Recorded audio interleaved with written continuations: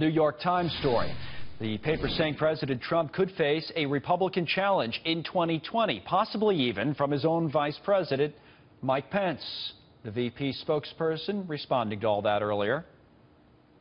It's absurd, and really what you've got here is speculation, conjecture, half-truths, masquerading as news on the front page of the Never Trump New York Times. The vice president has been nothing supportive. He is supportive of the president, and his singular focus is on making sure the president's agenda is enacted and that the president is reelected in 2020. And the president himself seemed to respond. You read through this tweet, the failing New York Times, which made wrong predictions about me, including my big election win, is totally inept.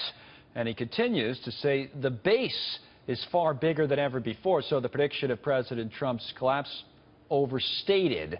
As you see, talks about some of his big rallies there. From campusreform.org, Media Director Cabot Phillips is with us in this hour. Democratic strategist Marjorie Clifton is also here. And from the Daily Caller, Chris Bedford. Let me start with you, Chris. You know, it's interesting because we were talking about this a little bit last hour, and there's all kinds of ways you can go on whether Mike Pence is really thinking about a run, or Kasich is, or somebody is. But I tell you, it does seem like the White House was very, very upset to see that this story was even written, right? This speculation was even being had in the New York Times or anywhere else. Well, it's not good speculation for the White House, because if you're a sitting president who's primaried by his own party, typically you lose. It does huge amounts of damage. Ronald Reagan, when he was running against Jimmy Carter, right, he would run campaign ads that were just repeating quotes attacking Carter from Ted Kennedy. Mike Pence, though, is definitely not the villain here. People are kind of constructing that through rumors, and it's probably coming from the fact that a lot of traditional Republicans and conservatives in D.C. secretly wish that Mike Pence was president, because he's someone who they feel like they could deal with more effectively than Donald Trump. But he's a loyal soldier. He was through the entire campaign. Some conservatives who are critics of Trump attacked him over and over again, saying, how could you be so loyal to Trump? And he's never, ever shown in any point in his career that he would stab his boss in the back. No, you know what's interesting about that, Marjorie, and as Chris started to make the point, going way back to the 1980 election, that the Ted Kennedy primary run weakened Jimmy Carter. Well, the Republicans had Ronald Reagan waiting to run in that race, and he's obviously a strong candidate and became president, served 2 terms.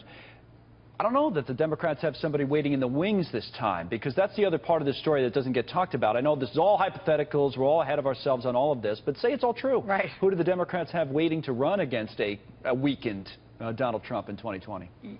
Yeah, and I absolutely agree. I don't think there is any clear front runner right now. Obviously, we still have quite a bit of time to go.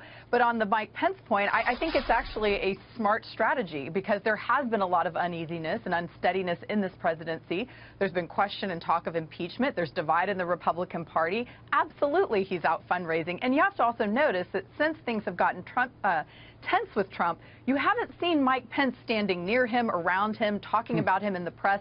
He's been keeping a very safe distance. And I think, you know, look, if he did end up in the White House, him having strong relationships with his other party members of the Republican Party and Democrats would be absolutely paramount, and having a campaign behind him. So I don't think these are unreasonable well, it might not be that crazy, even if it's true that a politician, even a sitting vice president, but certainly these other people that were mentioned, whether it be Ben Sasse or John Kasich or any of these guys would be thinking about positioning themselves to run.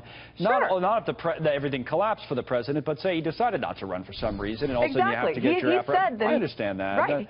But the he's other been thing, saying, I don't really enjoy this that much. Like, he's been talking about how hard it is, and, you know, who knows? The other thing, to be fair to the sitting president as it stands, and we talked about this, Cabot, a little bit earlier, is that, you know, as crazy as some things seem on certain days, and, you know, we went through the Anthony Scaramucci stuff, whatever it may be, and there have been days where things just seem like, boy, what's going on here? There are other times if you take a step back and you say, well, the stock market's at a record high, some of these regulations that have been rolled back, many people that we speak to tell us have created a better business environment, that this is only 6 months in, and not everything's a disaster, right? And we're putting up some other kind of quote-unquote accomplishments under the president. Many of them are business-related, a better business environment, yet they're talking about primarying him. What do you make of that? I think it's important to remember who's pushing these claims, and if they are in fact fantasy, what's the narrative behind them.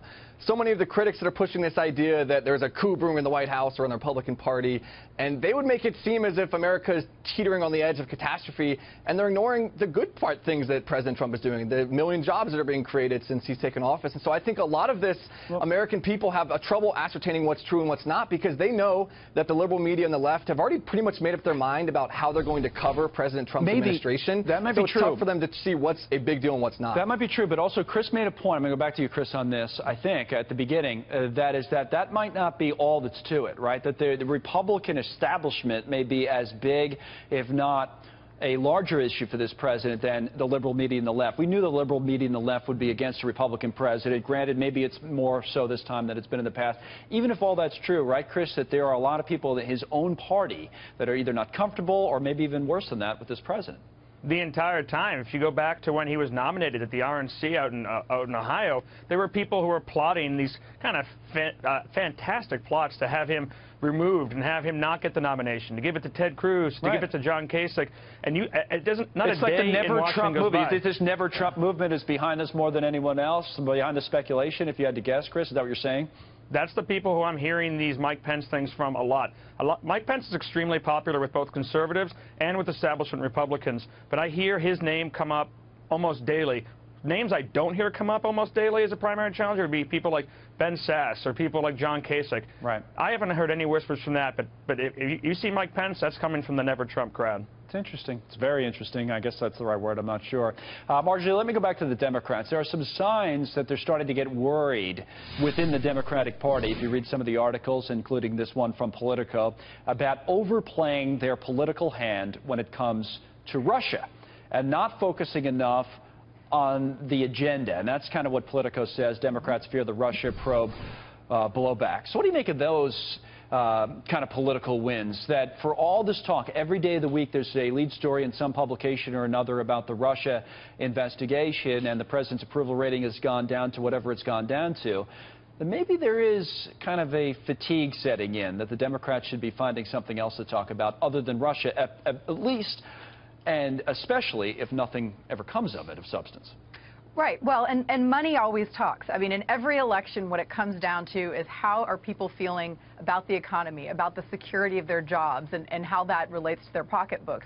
And so absolutely the economic messages are going to be fundamental for Democrats, and they do need to figure out what their identity is around that, what they stand for related to that. And it's an interesting time because we talk about a lot of the policies that Trump is, pulling back on or helping businesses, but they're also in some cases hurting the very people who were his supporters, like the TPP workaround that happened in the UN today.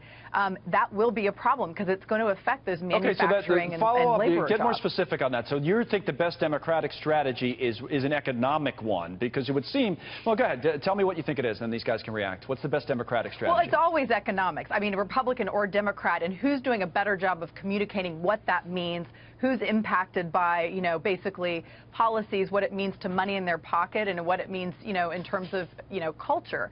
And the Democratic Party has traditionally been a very big tent. And unfortunately, that means trying to play to everybody's different belief systems. But what we know is that the numbers look different when it comes to who turns out to vote. While millennials are big supporters of Democrats, they don't show up at the polls. And the people that do are a lot of that older generation who typically lean more conservative. And I mean, the truth is it's in the math. Because Cabot, if I was making the other side of it from President Trump's point of view, I don't think I'd tweet about anything or talk about anything other than the current economic conditions. The jobs report we had on Friday, the record high for the stock market. I mean, you got to be a little careful. That could turn around in a heartbeat. If the Democrats want to use the economy as a measuring stick for how people should vote, Republicans are going to gain an even bigger majority in the midterms in 2018. I think people are looking around. They're seeing the confidence in business. They're seeing the stock market breaking records every week. And go ahead. I think every time the Democrats spend a week talking about Russia, they're getting closer and closer to handing the election in the midterms in 2020 back to Republicans. Only 6% of Americans view Russia as the most important issue in this cycle. The other 94% think the economy and national security issues that the Republicans are talking about more are important. What do you want to say, Marjorie, real quick, before I go back to Chris? I would say economics does go beyond just jobs, though. You have to think about it in the context of health care, what the cost of health care means to a family, what it means to, different types of jobs, what it means on immigration, because immigration is fundamental for a lot of the tech jobs, for example, or migrant farm workers, how that impacts the farming community. So economics isn't just as simple as jobs numbers. It goes beyond that. All right, so Chris, as a final point, just to kind of bring it all together, together. If you're the Democrats putting together a strategy, just in this kind of hypothetical scenario, what's the best place to go after it? Because in theory, a president with an approval rating in the 30s, if that's what we're dealing with when the midterms come around, should be fairly easy to beat, but maybe not. Well, you'd think so, and a lot of the polls that we've seen aren't that great because we don't know who's actually a voter, who's changed. I got a chance to look at some polls just recently that have been done over the last 6 months, and it shows that there has been about a 7-point drop amongst the people who are strongly, strongly favorable of Donald Trump. I think that's from a constant barrage, and it's from the Republicans' failure to pass Obamacare repeal. Right. But if Trump gets some things done, like taxes, then they're in trouble. And if the Democrats aren't talking about jobs, which they got slammed on in this last election, if they don't learn any of these elections or any of these lessons from past election and go for a more populist thing, the guys in Michigan, they're not going to vote for them. The guys in Pennsylvania are not going to come out and vote for Democrats because they think that Jeff Sessions is a Russian agent. It's just not going to work. Well, maybe not. And no matter how much trouble the president is or appears to be in. All right, guys, thanks.